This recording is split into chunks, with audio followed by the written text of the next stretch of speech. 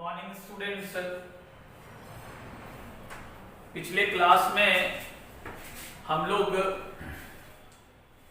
Matrix को समाप्त कर चुके थे, ठीक है। अब तक 12 के सिलेबस का 2 चैप्टर पढ़ चुके हैं। 12 के सिलेबस का 2 चैप्टर पढ़ चुके हैं, डिटरमिनेंट और मैट्रिक्स, ठीक है। डिटरमिनेंट और मैट्रिक्स, है ना, डिटरमिनेंट और मैट्रिक्स, जिससे 12 में मिनिमम 20 मार्क्स का क्वेश्चन होगा। मींस 20 मार्क्स का सिलेबस हम लोग पढ़ चुके हैं, ठीक है। डिटरमिनेंट और मैट्रिक्स से 12 में 20 मार्क्स का क्वेश्चन होगा और जेईई मेन में 2 क्वेश्चन, जेईई मेन में 2 क्वेश्चन डिटरमिनेंट मैट्रिक्स का होता है, ठीक है। तो अब चूंकि लॉकडाउन अभी तक है और आगे भी संभावनाएं हैं, है ना, आगे भी संभावनाएं हैं लॉकडाउन रहने के, ठीक है। सो अब सिलेबस को हम लोग को ऐसे आगे बढ़ाना होगा, है ना, सिलेबस को ऐसे आगे बढ़ाना होगा। इसलिए हम लोग अब आगे बढ़ते हैं, है ना। कैलकुलस स्टार्ट करते हैं, ठीक है। कैलकुलस स्टार्ट करते हैं, जो 12 का सबसे बड़ा टॉपिक है ना। 12 का सबसे बड़ा टॉपिक है कैलकुलस, ठीक है। कैलकुलस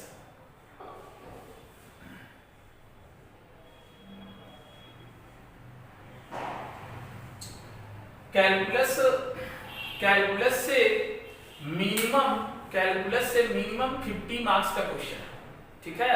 वैसे सिलेबस में 44 मार्क्स लिखा है, सिलेबस के अकॉर्डिंग 44 मार्क्स, लेकिन मिनिमम 50 मार्क्स, क्योंकि एक्स्ट्रा क्वेश्चंस होते हैं और में जो क्वेश्चन होते हैं, है ना, उसके कारण।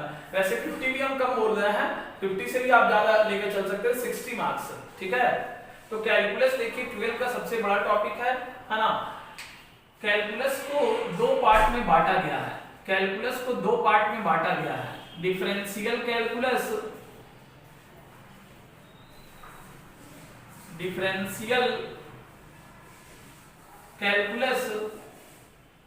और इंटीग्रल कैलकुलस।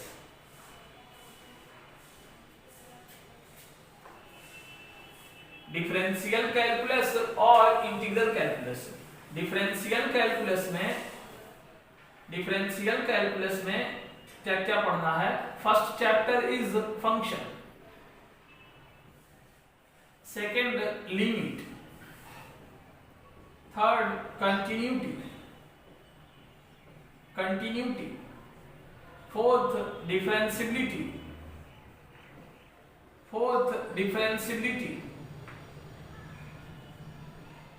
फिफ्थ डिफरेंशिएशन,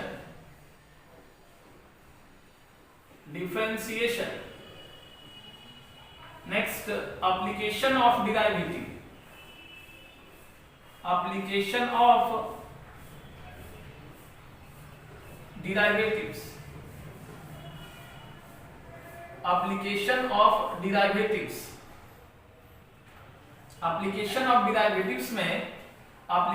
डिराइवेटिव्स में क्या क्या पढ़ना है।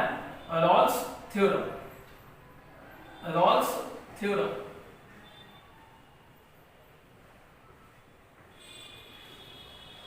लैग्रेंजेस मीन वैल्यू थ्योरम, इसके बाद rate measure,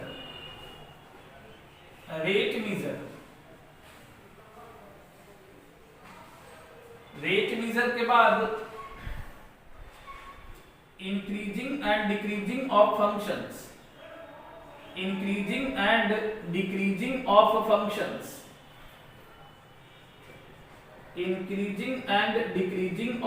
functions, tangents and normals,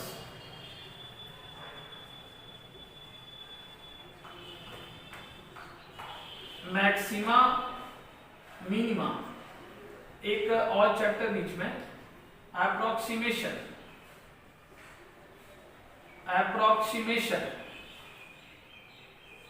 next approximation maxima and minima,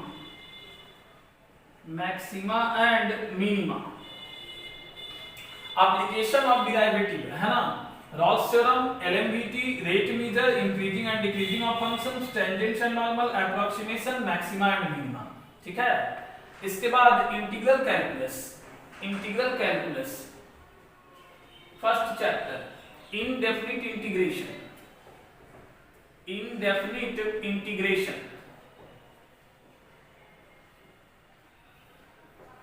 second definite integration, definite integration,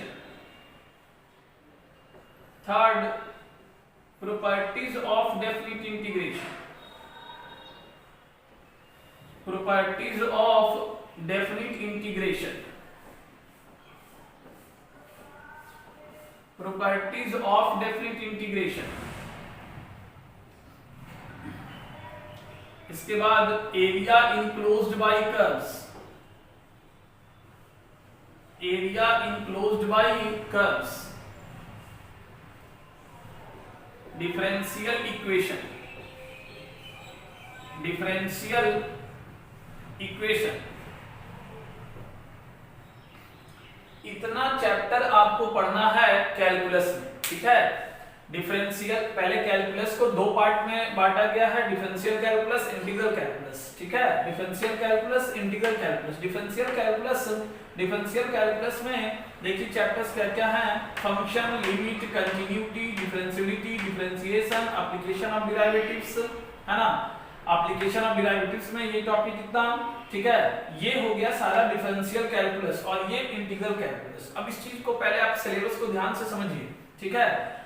तो ये फंक्शन जो है वो 11 प्लस 12, ठीक है ना, 12। फंक्शन का सिलेबस जो है वो थोड़ा 11 में है, हाफ 11 में है और हाफ 12 में है, ठीक है। हाफ सिलेबस 11 में है और हाफ सिलेबस 12 में है। लिमिट कंप्लीट 11 में है, लिमिट कंप्लीट 11 में है, ठीक है। कंटिन्यूटी 12 में, डिफरेंशियलिटी 12 में, डिफरेंशिएशन का बेसिक 11 में है, डिफरेंशिएशन का बेसिक 11 में है ना, बेसिक 11 में है और उसके बाद 12 में है, ठीक है। अब देखिए जनरली कैलकुलस का कोई भी टॉपिक को पढ़ना चाहिए कंटिन्यू। फंक्शन है 11 प्लस 12, तो अब तक हम लोग फंक्शन में कुछ नहीं देखे हैं, है ना। तो ये कंप्लीट फंक्शन को हम लोग पढ़ेंगे, है ना। हम जो सिलेबस फंक्शन का पढ़ाएंगे, है ना, वो पूरा 11 और 12 पूरा। लिमिट कहने को 11 में है, इसका यूज पूरा 12 में है। लिमिट कहने को 11 में है, इसका यूज पूरा 12 में है। मींस जो स्टूडेंट्स लिमिट अगर नहीं पढ़ते हैं, ठीक है, तो कंटिन्यूटी का कोई भी क्वेश्चन नहीं बना सकते हैं, डिफरेंशियलिटी का कोई भी क्वेश्चन नहीं बना सकते हैं, बेसिक डिफरेंशिएशन नहीं समझ में आएगा, ठीक है ना। तो इस तरह से ठीक है, हर एक चैप्टर कैलकुलस का पढ़ना इंपॉर्टेंट है। और एक चीज और बता देते हैं, कैलकुलस को कंटिन्यू पढ़ना होता है। अगर आप बीच से कोई चैप्टर को गाइड कर देते हैं, मींस नहीं पढ़ते हैं, तो आगे आपको नहीं समझ में आएगा, ठीक है। देखिए समझिएगा कैसे पढ़ना होता है। सबसे पहले जैसे हमने सिलेबस को लिखा है वैसे ही पढ़ना होता है, ठीक है। सबसे पहले फंक्शन, क्योंकि फंक्शन का ही लिमिट कंटिन्यूटी होता है ना। तो बिना फंक्शन के लिमिट या कंटिन्यूटी नहीं पढ़ा जाता है ना।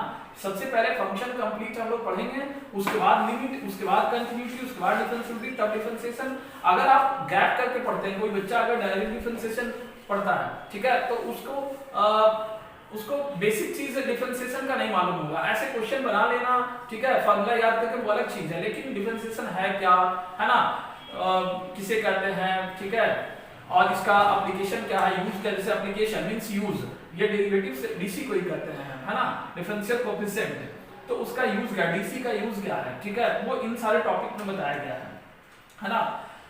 तो कहने का मतलब कि हर एक चैप्टर इंपॉर्टेंट है, इसका हम कोई भी चैप्टर ऐसा नहीं कहेंगे कि इंपॉर्टेंट नहीं है।